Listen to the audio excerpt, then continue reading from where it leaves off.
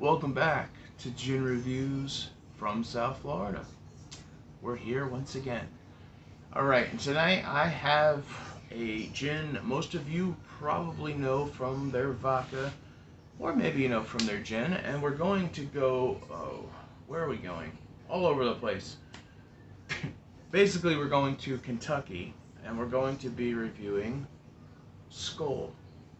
SKÖL London Dry Gin, famous since 1849. Reviewed tonight on the GinJoe program. GinJoe! So, we are coming in at 40%. Big whoop, I know. This is a liter bottle. It is 1,000 milliliters for those who like that kind of stuff. Grain is our base spirit, and our botanicals are hard to come by, but you know this guy. Juniper, coriander, orris, licorice, orange, and lemon. So, not too bad. Well, what can I say about SKÖL that you probably already know, or think you know, right? Here's the bottle right here. It's not that impressive at all. It's, you know, it's glass. It's got a good clank clank. There's two lions dancing or something on it, with some shield. I'm sure I'll figure all that out later.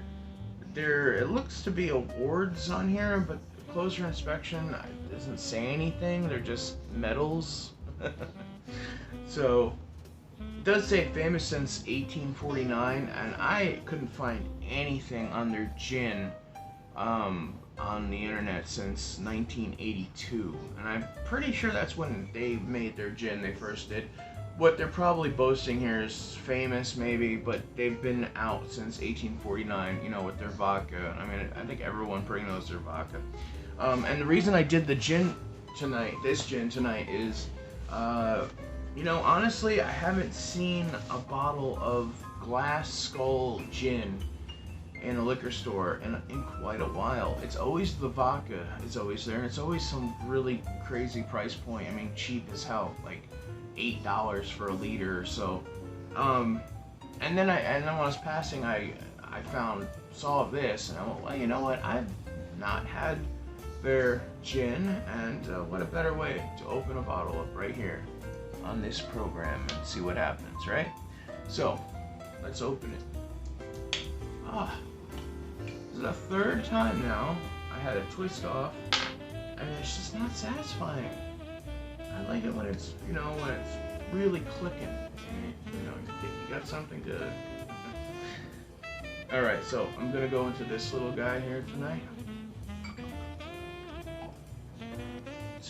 Look at that. There's a little legging going on. I don't think it's from corn though, because it's too light. It's very faint, very faint. I don't even like get an ethanol tug. There's definitely botanicals in it, but I really can't. The only thing is the juniper, which is good, thank God. I could definitely smell the juniper, but everything else is very muted. So low.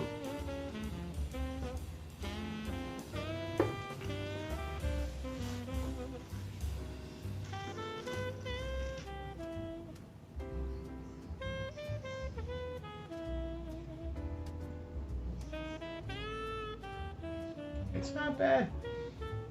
There is a little bit of an ethanol crossover from aroma to taste. Besides that, though, it's very, very nice going down. It's very easy to drink. There's no harsh burn. There's no other burn, kind of like. But botanically wise, it's nice on the juniper. The citrus, they're definitely there, but they're in the back. Besides that, I can't really taste anything else. Maybe tonic will brighten it up, or vermouth. I think we should do tonic tonight. Plus, I got a new bottle of Angostura orange. And if we do a martini, I never ever get these, but look at the size of those bastards. Well, I am now here sharing company with my most favorite person in the whole world, Miss Kitty. Honey, hey.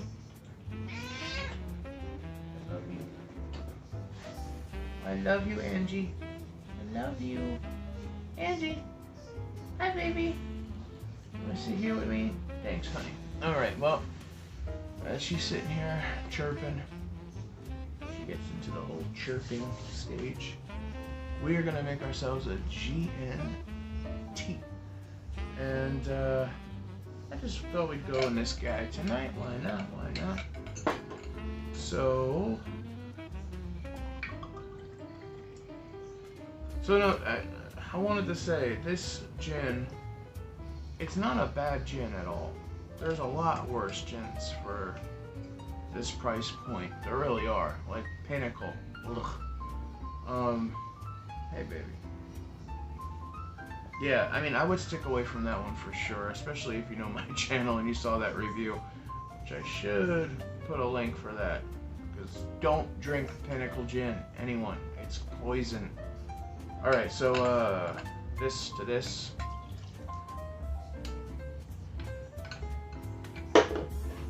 And ever since I did a 2-to-1 ratio of tonic to gin the other night, I don't know, something's changed in me, and I think that is definitely the way to go. It just showcases the gin a lot better, I think. Plus, you know, you save half a can, adds up at the end of the night, you know it does.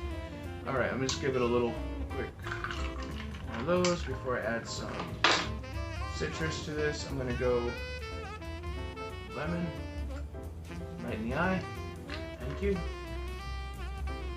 Grapefruit, man, it hurts. Grapefruit. Alright, great. Another one. Okay, now I'm gonna have to. Sorry, Kitty, that got on you too? Jeez. Never had so many accidents with a grapefruit before. Oh, that's way better. Okay, honey, you okay? Oh, she's fine. She's looking at me like I'm crazy. Why the hell you put water in your eyes? I don't understand. All objects do not have water in your eyes. Alright, last thing is a lime. Yeah, that's better. Lime wedge right here, right here. Oh, look at that juice coming out of that lime there. It's so pretty like. Alright. And definitely have to, because I got I love Angostore's orange bitters. I really, really do. Put about 3 or 4 little drops in there. Give it another quick ka-dunk, ka-dunk, ka-dunk, ka-dunk.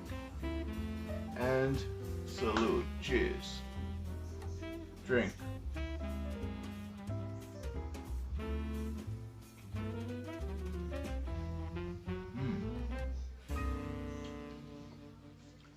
I had my reggae somewhere. It needs just a drop. Yeah. Okay, yeah, no, it's not bad at all. In fact, I think maybe it's a little too citrusy. That's why I put the Angostura, the reggae one in. That is beautiful. That helped it out so much. This is, like I've always said, it's like the saving grace. So, SKÖL Gin, I probably wouldn't buy it again knowing now what it is. And if I had a choice between, if say I only had like 10 bucks and I wanted to get a bottle of gin, I would go for the Gilbeys. I mean, every time. But, say I went to a party and they're, you know, the host has no idea about anything, alcohol, he goes out and he buys a bottle of rum, a bottle of vodka, a bottle of tequila, you know, a case of beer, and he buys gin, if he's a good man, or woman, and there's a bottle of SKÖL sitting there next to all the other weird liquors. Like, you're like, what the hell? Why does he have like cherry herring now? Anyway, I would make myself a cocktail with it, and I probably would make a few to pass around to show everyone there that, you know, even though this is a bargain gin, it's not too bad. Especially in a party setting. After a few, you don't care anymore. Like I said though, for a liter, I paid $8 for a liter. I mean, if you're someone out there that's looking for a cheaper gin for the times when things are just a little tight, or times when you just don't want to spend $35 on a bottle of gin, then go ahead and buy this, because you won't have a bad time. I can't tell you anything about tomorrow though, because if I had a guess, I'm gonna say there could be a hangover factor with this. Then again, I don't get hangovers. It's because I'm constantly drinking though, so. Anyway, you know what? I'm looking at these olives. I have to have a martini.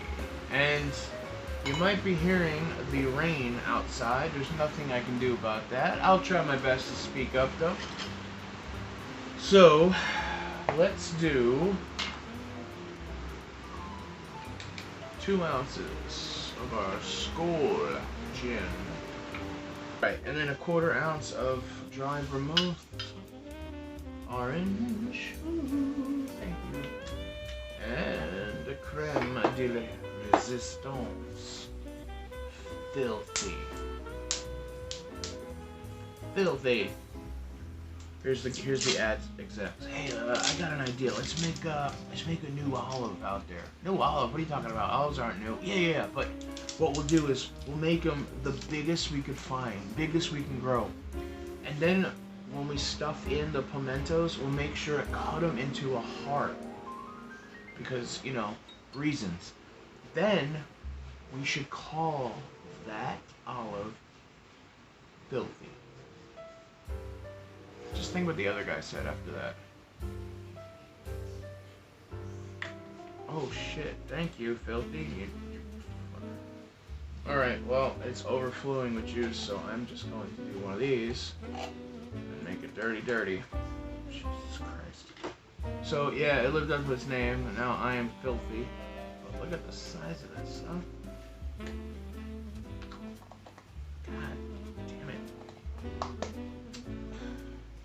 I don't mind gin, you know, like splashing out, but olive oil, I mean, it's gonna. This is a quick temporary solution here, because I gotta mop the floor now. Well, I definitely lived up to its name, and hopefully I got all that filmed, so I could send them a copy of this and do one of these. We're close, and we're done. Awesome. Alright. Hell yeah. All of you out there, I suggest you go to your local liquor store, pick up these ingredients, and make yourself a filthy martini. Cheers.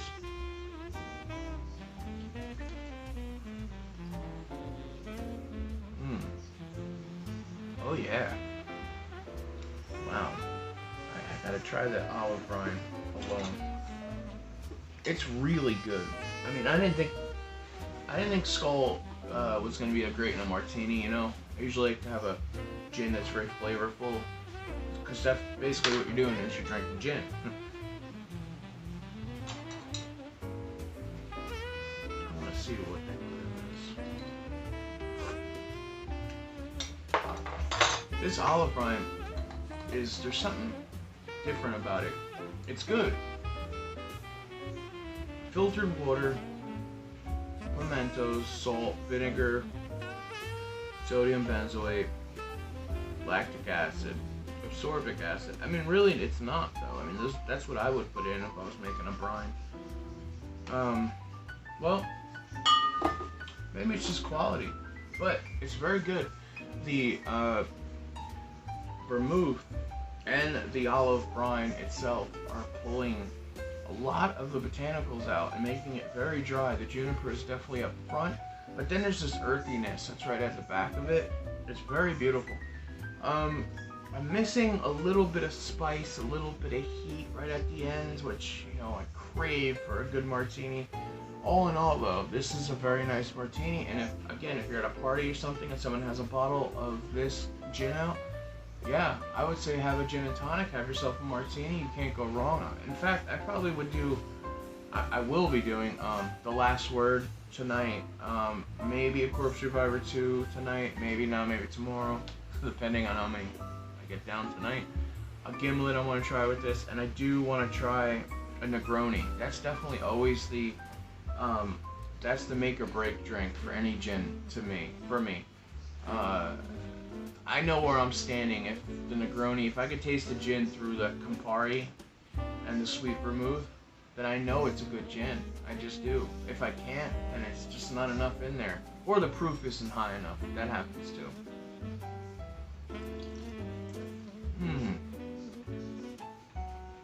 I'd say this is better than G&T. Yeah. This is a really good martini for not a bad price. So, from me to you, and to you to me, and everyone here in the States in the middle, from sea to shining sea, I want to wish you guys a wonderful night, morning, afternoon. Thank you so much for coming back. Have another cocktail or 2 or 3 with me. And now I have a hard decision here, but I think I made the right choice. That'll have to do a little later on. And until the next one, ciao. You bastards. See you again. Thank you so much. Please subscribe, comment, and thumbs up. And as always, the GinJoe will be coming out with new reviews, new and better reviews every other day.